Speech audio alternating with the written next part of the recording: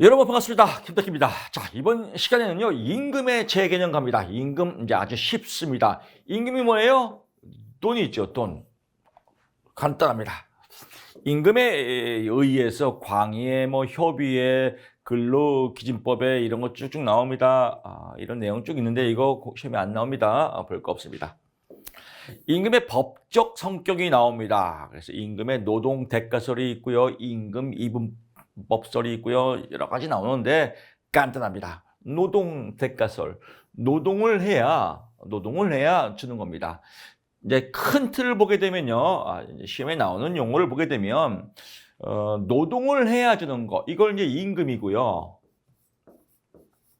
부가급여도 포함된다. 부가적으로 주는 거. 부가급여.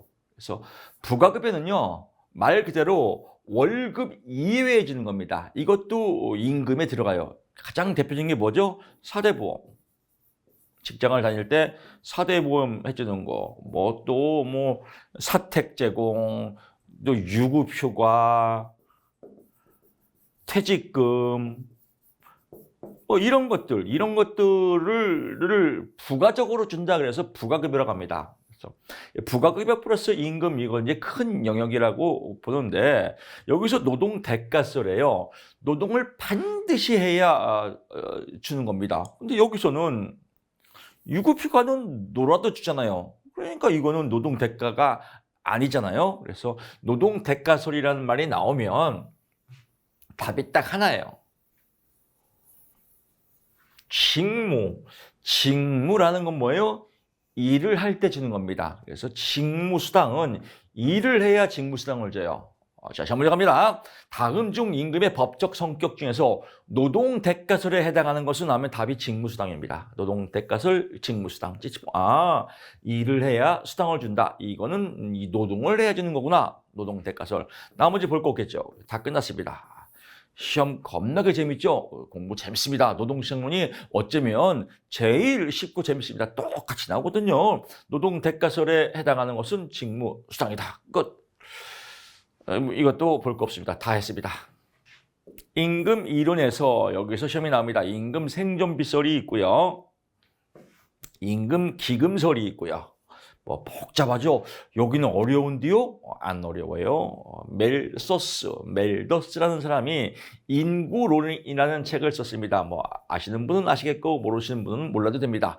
인구는 기하학적으로 증가하나 식량은 산술급수적으로 증가하더라 라고 해서 인구의 증가에 대해서 이제 책을 쓰고 이론을 만든 사람인데요.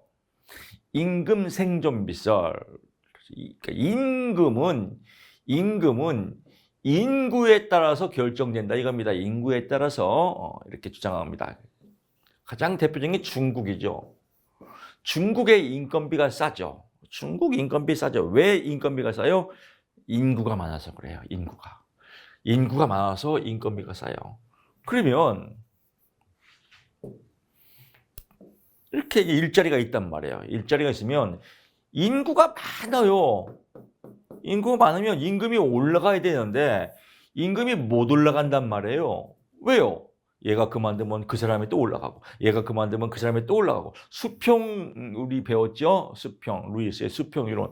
이것처럼 인구가 많으면 어느 정도 임금이 올라가야 되는데 못 올라가더라. 결국은 임금은 생존비에서 결정되더라 이겁니다. 그래서 노동공급이 과잉 공급 때 다시 생존비 이하로 임금이 하락된다. 그래서 생존비에서 결정된다. 그래서 생존비 수준으로 상승된다라고 나오는데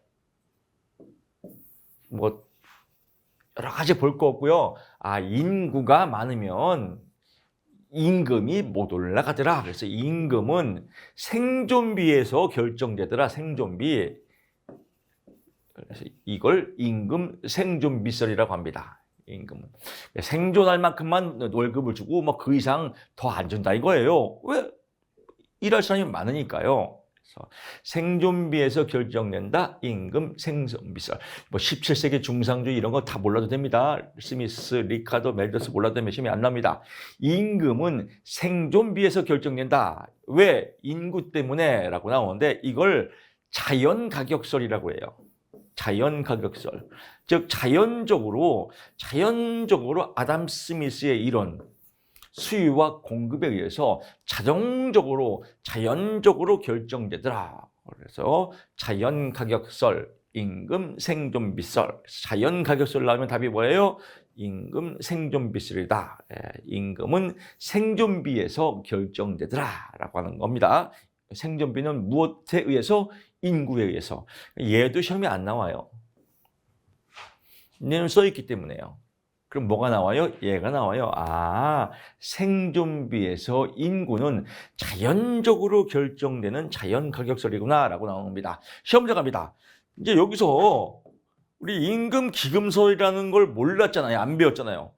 그럼 시험에 이렇게 나옵니다. 임금 기금설에 대한 설명 중 틀린 것은, 그럼 정답 2번에 임금 기금설이란 어쩌고 저쩌고 쭉 나오다가 자연 가격에 의해서 결정된다 이렇게 나옵니다. 그러면 여러분들은 웃기지 마라. 자연 가격은 자연 나오면 무조건 임금 생존비설이다. 이걸 찌찌뽕 시켜야 돼요.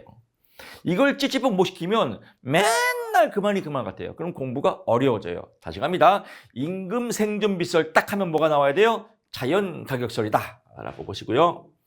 임금 기금설 나옵니다. 임금 기금설 나오는데 임금에 대한 총액은 결정되어졌다 이겁니다. 임금 총액은 결정되어졌다. 이 말은 무슨 말이냐면요. 내가 사장이에요. 내가 사장인데 내가 줄 임금은 1,000만 원뿐이 없어요. 이 1,000만 원뿐이 임금을 지금 기금했단 말이에요. 임금을 기금했다. 라는 말은 뭐예요? 임금을 주기 위해서 돈을 모았다. 기금이죠. 우리가 뭐 동창회 있으면 야 우리 기금 만들자. 한 달에 얼마씩 회비 걷잖아요. 돈을 모으는 걸 기금이라고 해요. 나도 임금을 주기 위해서 기금, 월급을 주기 위해서 돈을 모았단 말이에요. 그래서 이번 달 월급 주기 위해서 얼마 모았어요? 1,000만 원 모았단 말이에요. 이게 임금 기금이에요. 근데 노동조합이 대모를 하네요. 자, 10% 올려주세요. 이렇게 대모를 한단 말이에요. 10% 올려주면 얼마큼 있어야 돼요? 1,100이 있어야겠죠.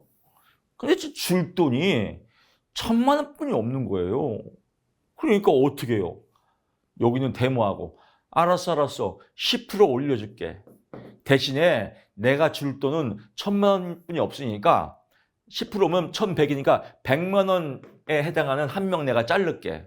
인사권은 회사가 있으니까요. 이거예요. 20% 올려줘? 알았어. 20% 올려줄게. 대신에 2명 자를게. 30% 올려줘? 알았어. 30% 올려줄게. 3명 자를게. 이것도 무서운 이론이죠. 이걸 임금 기금설이라고 합니다. 그러면 노동조합이 있으나 마나죠. 왜 사람 자르면 그만이니까. 그래서 노동조합의 무용론을 주장하겠다. 이게 시험 문제입니다. 노동조합이 춤을 추는 게 아니라 노동조합이 있으나 마나다. 왜? 줄 돈이 정해져 있기 때문에 사람 자르니까. 이런 이름이 임금 기금설이다라고 합니다. 여기서 뭐 부의 총액은 고정되어 있으면 단순히 다른 근로자에게 돌아 이런 거 공부하면 미쳐버려요. 그래서 임금은 줄 돈은 정해져 있구나. 노동조합이 올라가면 사람 자르는구나. 노동조합의 무용론을 주구나라고 보고요. 하나 시험에 잘 나오는 거는 임금을 주려고 모았단 말이에요. 기금 모았어요. 그래서 1,000만 원 임금을 모았으니까 줄 돈이 있어요? 없어요? 있죠. 줄 돈이 있다는 건 뭐예요? 지불 능력이 있는 거예요. 지불 능력이 있다. 그래서 임금을 올려달라고 노동조합이 얘기하면 지불 능력이 없기 때문에 사람을 자르는 겁니다. 그래서 지불 능력이라는 단어가 나오면 묻지도 말고 따지지도 말고 답이 임금 기금수입니다. 이렇게 포인트 짓는 게 공부지 이런 걸 다 줄쳐가며 외우는 건 옛날식 투지식 공부 방법입니다. 그래서 투지식 공부하면 안 됩니다. 오지식 공부, 오지게 아주 공부 포인트 잡아야 됩니다. 다시 갈게요. 임금 기금설 나오면 자연가격설, 찌찌뽕. 아니죠. 임금 생존비설 나오면 임금의 생존비는 생존비에서 결정되더라. 무엇 때문에? 인구 때문에. 그래서 인구가 많으면 생존비 이하로 내려가겠죠. 인구가 적으면 생존비에서 또 밑에 있다가 또 올라가겠죠. 그래서 생존비선에서 그 위로는 올라가지 않는다. 뭐 이런 걸 주장한 게 임금 생존비설이다라고 하고요. 임금 생존비설, 자연가격설, 임금 기금설하면 지불 능력이 있구나. 지불 능력설, 노동조합 무용론이라고 보시면 될 것 같습니다. 노동가치설 갑니다. 노동가치설도 시험에 꼭 나옵니다. 노동가치설 어렵게 느껴지지만요. 간단합니다. 노동가치설 영화를 보게 되면 그 레미제라블 영화가 있습니다. 그 레미제라블 영화를 보게 되면 노동자들이 기계를 다 막 길거리에 다 갖다 버립니다. 막 부시고요. 왜냐? 기계 때문에 노동자의 일자리가 없어졌어요. 일자리가. 그래서 노동자가 잘 먹고 잘 살자라고 주장한 사람이 누구예요? 칼 막스죠. 그래서 칼 막스, 마르크시즘, 공산주의 이론가죠. 그래서 공산주의, 사회주의 이론가 마르크스가 주장했다. 제가 학교 다닐 때만 해도 제가 83학번이거든요. 이때만 해도 칼 막스 이런 책 갖고 다니면 깜빵 갔습니다. 구속됐습니다. 지금은 서점에서 착 팔고 있습니다. 시대가 많이 변했습니다. 이렇게 기계 때문에 사람의 일자리가 없어졌다. 기계 때문에. 기계 왜 생겼어요? 기술의 발달로 인해서. 기술의 발달로 인해서 사람의 일자리가 줄어들었다라고 한 게 무엇이다? 노동가치설. 노동자가 가치 있게 살아야 되는데 기계 때문에 가치 있게 못 산다라고 한 게 노동가치설이에요. 노동자가 실업자가 됐죠. 이제 일자리가 없어졌어요. 기계 때문에. 그래서 칼 막스는 공산주의 이론가죠. 군대 용어를 써서요. 예비군이다. 산업에 들어가야 되는데 취업을 해야 되는데 못 들어가 대기 상태다. 그래서 실업자를 산업 예비군이라고 한다. 그래서 노동가치설, 실업자를 산업 예비군이라 한다라고 나오면 답이 뭐예요? 노동가치설이다. 기계나 기술의 발달 나오면 답이 뭐예요? 노동가치설이다. 누가 주장했다? 칼 막스다. 기계나 기술 때문에 실업자가 생겼다. 이거를 무슨 실업이라고 하냐면요. 기술적 실업이다. 기술적 실업. 기계 때문에 실업자가 생겼다. 기술적 실업. 기술적 실업을 주장한 사람이 누구다? 칼 막스다. 이게 무슨 설이다? 노동가치설이다. 다 이런 일맥상통한 내용들입니다. 시험에는 이렇게 나옵니다. 임금 기금설에 대한 그렇죠. 임금 생존비설에 관한 설명 중 틀린 것은 그러면 1번에 기계나 기술의 발달로 인하여 이 말이 나옵니다. 그러면 삑살입니다. 기계나 기술 나오면 노동가치설이다라고 보시고요. 임금의 생존비 수준을 고려하여 임금 수준이 노동자와 그 가족의 생활 필수품의 가치에 의해서 결정된다고 주장하면서 임금 생존비설과 유사하지만 즉 인구에 의해서 생활 필수품 즉 생활 생계비 이런 내용들이 유사한 면도 있지만 근본적으로는 기술과 기계 때문에가 맥락입니다. 그래서 기계와 기술 나오면 임금 생존비설. 또 다르게요. 임금 생존비설과 유사한 이론은 무엇이다? 라고 나오면 노동가치설이다 라고 보시면 될 것 같습니다. 임금의 범위갑니다. 임금의 범위 복잡하죠. 이거 여러분들 이거 시험에 꼭 나옵니다. 이거 오늘 외우십시오 하면 미쳐버려요. 이거 외우면 안 돼요. 이거 뭘 외워요? 이런 거 외우니까 공부가 어렵게 느껴지는 거예요. 고정적 임금이 있고 변동적 임금이 있고 변동적은 뭐예요? 초과 근무 수당이죠. 초과 일할 때 뭐 월급 위에 수당 주는 거죠. 이거 상식이죠. 이런 거 있다라고 보고요. 시험에는 이게 나옵니다. 고정적 임금의 구성입니다. 고정적 임금. 그렇죠. 기본급이 있고 또 기본급의 제수당들, 뭐 가족수당, 직책수당 이런 수당이 있죠. 또 고정적 상여금, 이건 고정적 상여금이죠. 고정적으로 준 상여금. 그래서 고정적 임금의 구성으로 옳은 것은 이게 시험 문제입니다. 그럼 기본급 플러스 제수당 플러스 고정적 상여금이다. 이것만 보면 됩니다. 나머지 시험에 안 나옵니다. 업무급과 여기서 이제 끝난 거예요. 업무급과 속임급이 있는데 뒤에 또 자세히 나오지만 먼저 기본 초벌 강의를 하겠습니다. 업무급은요. 업무를 할 때 돈을 주는 겁니다. 업무를. 그래서 이걸 직능급이라고 돼요. 직능급. 직능을 해야, 직무를 해야 돈을 준다. 그래서 업무급을 직능급 또는 직무급이다. 그래서 업무급은 뭐예요? 직무를 해야 돈을 주는 거다. 직무급을 다른 말로 직능급이라고 한다. 그래서 업무급은 직무급이다. 근데 소금급은요, 연공급이라고 그래요. 연공급은 연공급 공무원 철밥통. 얘는 직능, 능력과 상관없어요. 얘는 직무를 잘해야 이 업무에 대한 수당을 주는데, 속임급은 사람인자, 사람에 속한 거예요. 즉 짬밥에 속한 거예요. 짬밥. 공무원 해달라고 그래요. 짬밥만 채우면 그냥 월급이 올라가잖아요. 뭐 1년, 2년, 3년 이렇게 사람 이 연수만 세면 올라간다. 이걸 이제 속임급이라고 합니다. 그래서 뒤에 또 나오니까요. 초벌만 이 정도만 하고요. 문제 다시 한번 가볼게요. 문제는 이렇게 갑니다. 직무급은 속임급에 해당한다 이렇게 나옵니다. 그러면 웃기지 마라. 직무급은 업무급이다. 속임급은 연공급이다. 이렇게 포인트만 잡으시면 될 것 같습니다. 밑에 다른 건 볼 거 없고요. 여기서 한 문제 갑니다. 상여금은 뭐 성과금, 상여금 이런 것들이 있는데요. 변동적 임금의 시간의 수당, 야간 수당, 휴일 근로 수당, 이런 초과 근무 수당 등을 무엇이라고 하냐? 초과급여라고 한다라고 합니다. 초과급여다. 시험에는 부가급여다 이렇게 나옵니다. 부가급여다. 부가급여가 아니라 뭐예요? 초과급여와 구분되는 것으로 특별급여. 특별급여는 상여금이에요. 다시 갑니다. 특별급여는 뭐예요? 상여금이고요. 시간의 야간 휴일 근무에 의한 초과근무 수당에 의한 건 뭐예요? 부가급여다라고 보는 겁니다. 그래서 부가급여다라고 하고. 부가급여는 뭐라고 했습니다? 그렇죠. 뭐 사대보험, 또 퇴직금, 뭐 이런 부가적으로 주는 걸 부가급여라고 한다. 해서 초과급여가 아니다. 부가급여다. 이런 말장난만 여러분 정리하시면 될 것 같습니다. 공부는 사실 말장난이에요. 말장난을 누가 더 포인트 잡아서 구분을 짓냐. 이게 능력자죠. 이게 합격자죠. 평균임금, 통상임금 이거 겁나 복잡합니다. 겁나 복잡한 거를 다 하면 안 돼요. 그래서 간결해야 돼요. 평균임금과 통상임금은요. 통상임금은 통상적으로 주는 임금이에요.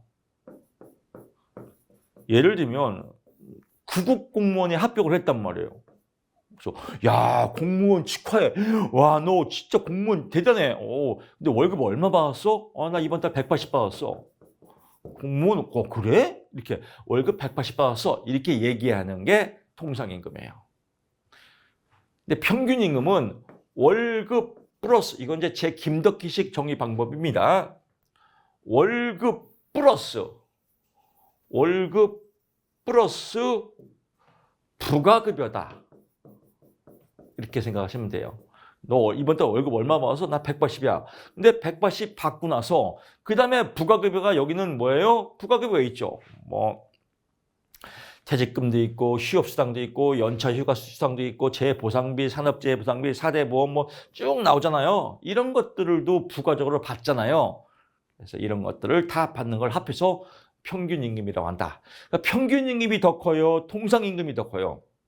평균임금이 더 크죠. 근로자는 평균임금을 받고 싶어요? 통상임금을 받고 싶어요? 평균임금을 받고 싶죠. 그래서 시험 문제 갑니다. 이 용어가 명확히 정리가 돼야 돼요. 공부를 너무 많이 하면 용어가 정리가 아주 헷갈리거든요. 쉽게 정리하면요. 평균임금이 더 크구나. 오케이. 그럼 내가 만약에 일을 다쳤어요. 산재보험을 받아요. 산재보험을 받아야 되는데 여러분들 산재보험 보상비를 받으려면 통상임금만 받고 싶어요? 평균임금까지 다 받고 싶어요? 평균임금까지 다 받아서 받고 싶죠. 그래야 금액이 크니까요. 이게 시험 문제입니다. 그래서 각종 재해보상금, 산재보험이나 기타 각종 재해보상금 나오면요. 무조건 평균임금으로 계산한다.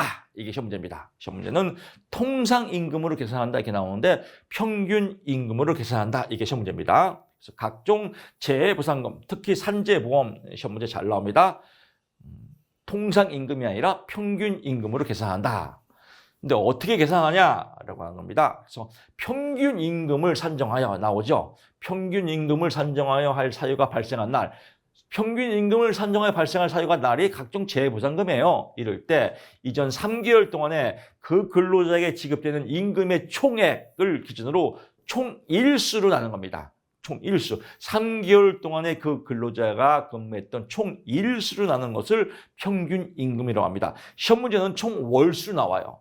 완전 말장난이에요. 그러니까 공부 잘못하면 이거 들어봤어라고 아주 낚싯줄에 걸리기 딱 좋아요. 총일수입니다. 총월수가 아니라 총일수다. 공부는 사실 숨은 그림 찾기예요. 여러분 처음에 제가 말씀드릴 때 공부는 학문이 아니라 숨은 그림 찾기다. 말장난이다. 그런데 뭘 말장난이고 공부를 해야지. 근데 보니까 다 말장난 아니에요. 그대로 주어지고 총월수 나와요. 월수가 아니라 일수다. 이게 중요한 겁니다. 무슨 임금이다? 평균 임금이다. 이렇게 나와요. 그러면 임금을 줄 사유가 발생해서 3개월 동안 총일수 이걸 무엇이라고 한다? 평균 임금. 이렇게 보시면 될 것 같습니다. 통상 임금입니다. 통상 임금은 월급에 해당하죠. 월급. 이거 월급으로 기준하는 거예요. 월급으로. 그러면 뭐예요? 해고 예고 수당, 연장 근무, 야간 근무, 휴일 근로수당, 연체휴업 이건 다 월급으로 계산하죠. 월급의 1.5배 다 월급으로 계산하죠. 그래서 이런 거는 다 월급에 해당하는 겁니다. 출산 전후 휴가급여, 출산 전후 휴가급여는 출산 전 휴가, 출산 후 휴가 이런 이 급여는 다 무엇을 계산한다? 통상 임금으로 계산한다. 왜? 근무 중이니까요. 근무 중일 때 이런 내용이 근무 중이니까 근무의 연속 손상이니까요. 이런 것들은 통상 임금으로 계산한다라고 보는 겁니다. 그래서 여기서 너무 복잡하니까요. 여러분들 헷갈리니까 통상 임금에 해당하는 건 나오면 해고 예고 수당, 야간 휴일 근로수당, 출산 전후 휴가 급여 이거는 통상 임금으로 산정한다. 이렇게 포인트 빡 잡으시면 될 것 같습니다. 명목 임금과 실질 임금 이것도 내용이 또 어려운 것 같지만 굉장히 쉬워요. 명목 임금은 그냥 임금만이에요. 임금. 너 한 달에 얼마 받아? 나 180 받아. 이게 명목 임금이에요. 이름만 임금. 실질 임금은 물가 상승률이 올라가야 돼요. 물가 상승. 예를 들면 물가가 너무 폭등했어요. 물가가 폭등해서 20% 폭등했다. 그럼 실질적 명목은 180만 원 받지만 계산하기 이제 복잡하니까 그럼 이렇게 할게요. 너 월급 얼마 받아? 나 200 받아 월급. 너 200 받아?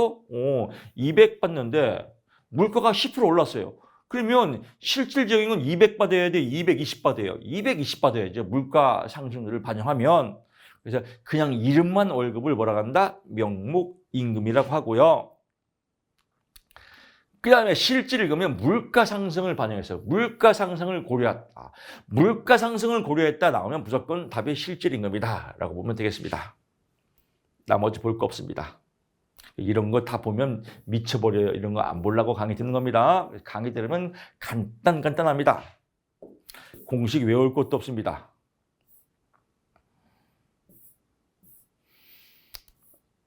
나머지 넘어가고 의중임금, 희망임금 이건 직업정보 시간에도 배웠습니다. 겹치는 거죠. 의중임금이 뭐냐? 내 마음속의 임금, 내가 받고 싶은 임금, 희망임금. 너 얼마 받고 싶어? 나 300만 원 받고 싶어요. 우리 회사는 200분이 못 줘요. 200만 원 분이 줄 수가 없습니다. 200만 원 제시했죠. 이걸 뭐라고 그래요? 제시임금이라고 그래요. 내 마음속에는 300 받고 싶죠. 이 300만 원을 나는 300 받아야 돼요. 이거 내 마음속의 임금, 의중임금. 내 마음속에 희망하는 거, 희망임금. 내가 이 정도 300은 받아야 돼요. 보상 요구임금. 요구임금이 아니라 뭐예요? 요구임금이야 1,000만 원도 받고 싶죠. 요구임금이 아니라 내 보상의 대가는 300은 받아야 돼요. 그래서 요구임금이 아니라 보상 요구임금이다. 보상 요구임금이다. 또 내가 더 이상은 나 300 그 밑으로는 못해요. 더 이상은 유보할 수 없어. 양보할 수 없어. 그래서 유보임금이라고 합니다. 아주 용어들이 골 때려요. 그래서 어렵습니다. 하지만 시험에는 다 골고루 나오니까 외워야겠죠. 그래서 다시 갑니다. 정리 깔끔할게요. 나는 회사에서 우리 회사는 200분이 못 줘요. 이건 뭐예요? 제시했죠. 제시.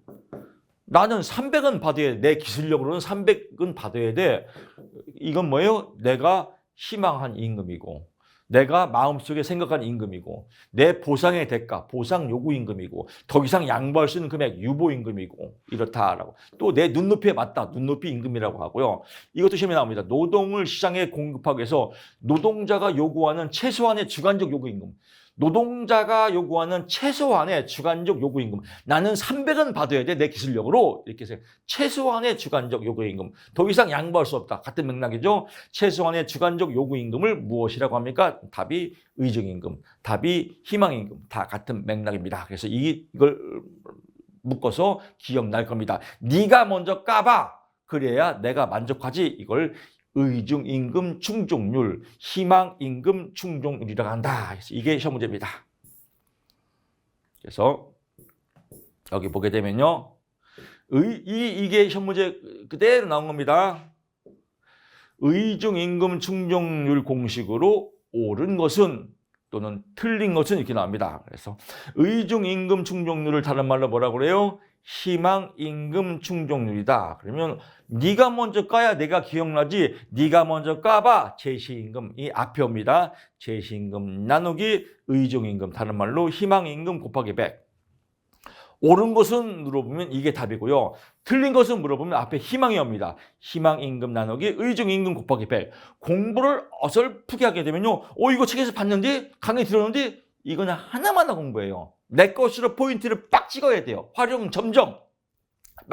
막박인가요? 이마에 딱딱 찍어서 내 것을 만들어야 돼요. 그러니까 그래서 제가 여러분들 시험 볼 때 기억이 나시라고 이렇게 강한 용어를 쓰는 겁니다. 왜? 자극적인 용어. 그게 장기 기억으로 저장되기 때문에요. 네가 먼저 까봐. 이게 시험장에서 제 음성이 지원돼야 돼요. 네가 먼저 까봐. 제시가 앞에 오지? 그래서 제시가 앞에 온다. 이거 시험에 반드시 나옵니다.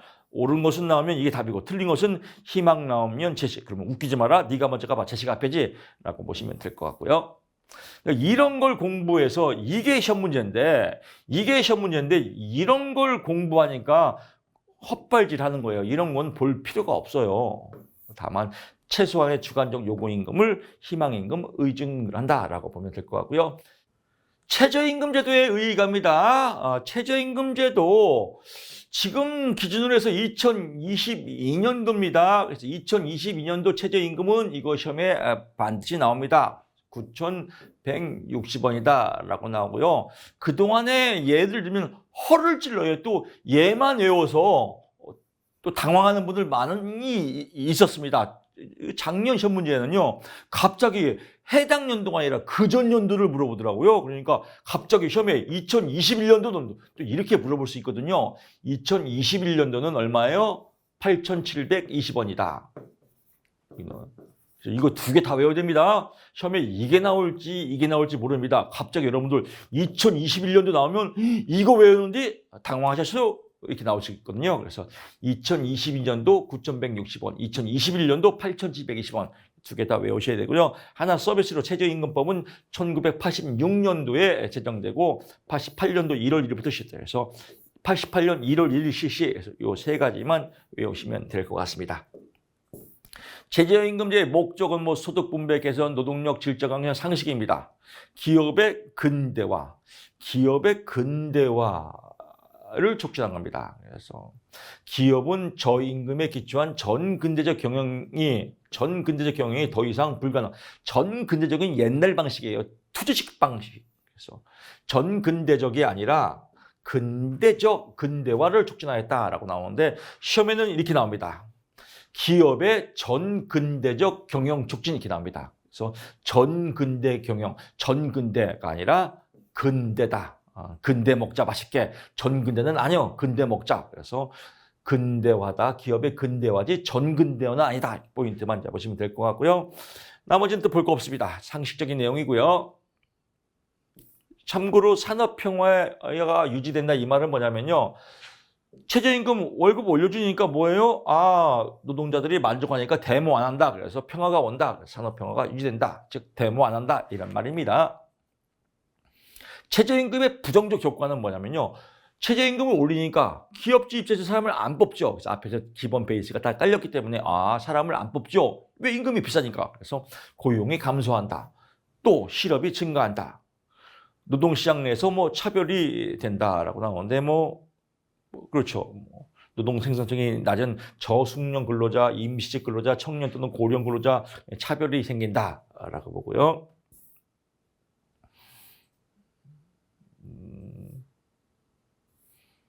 소득 분배가 역진적 효과라고 하는데 최저임금제는 저소득 근로자의 실질적 통해서 그의 소득을 상대히 높은 임금을 받는 근로자에게 재분배함으로써 역진적 효과를 유발할 수 있다. 뭐가 뭔지 모르겠죠. 근데 이거 내용이니까 복잡해요. 그냥 쉽게 설명드릴게요.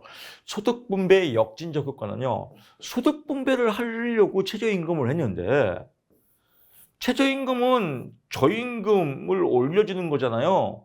올렸더니 저임금만 올라가야 상대적으로 다 올라가요. 다 올라간단 말이에요. 최저임금도 올라가면 계장 월급도 올라가고 과장 월급도 올라가고 부장 월급도 올라가고 이사 월급도 올라가고 전체적으로 다 올라가더라. 그래서 잘 사는 사람은 또 돈을 많은데 잘 사는 사람도 돈을 더 많이 벌더라라고 하는 게 소득분배의 역진적 효과라고 보면 되겠습니다. 이해가시죠? 저거랑 비슷한 거죠. 무상급여. 복지를 위해서 무상급여를 딱 하는데 못 사는 사람도 무상급여, 잘 사는 사람도 무상급여, 강남에 있는 100억짜리 아파트 사는 사람도 무상급여, 자식도 이건 안 되잖아요. 이런 것들 뭐라고 그래요? 소득분배의 역진적 효과다라고 합니다. 여기서 잠깐 이게 문제가 갑니다. 최저임금은 고소득자의 임금을 감소시킨다 이렇게 나옵니다. 그러면 고소득자의 임금을 감소시켜요? 같이 올라가요? 같이 올라간다. 이게 답입니다. 최저임금에 어쩌고 저쩌고 쭉 나옵니다. 그래서 이렇게 기본 베이스 나왔는데 임금 내용 좀 수월할 겁니다. 그래서 조금 생소한 부분도 있겠지만요. 많이 공부하지 마세요. 많이 공부한다는 것은요. 제가 지금 제 입에서 나온 얘기 말고 책에 있는 얘기를 많이 분석한다는 건 지내가 되는 겁니다. 지내 분석하다가 죽을 수 있습니다. 공부를 많이 한다고 효율적인 건 아닙니다. 밥을 많이 먹으면 건강한 게 아닙니다. 밥 계속 많이 먹으면 배 터져 죽을 수 있습니다. 그래서 처음에 나오는 부분만 포인트만 적당히 공부하는 게 한계 생산물 이윤 극대의 원칙. 우리 배웠잖아요. 그래서 적당히 하는 게 제일 좋습니다. 너무 많이 하면 밥도 마찬가지예요. 영양제 좋다고 영양제 계속 하루 종일 배가씩 먹어야 죽을 수 있습니다. 그래서 적당히 시험에 나오는 부분만 100점 맞는 시험이 아니다 라고 가볍게 터치하시기 바랍니다. 다음 시간에 찾아뵙겠습니다. 고맙습니다.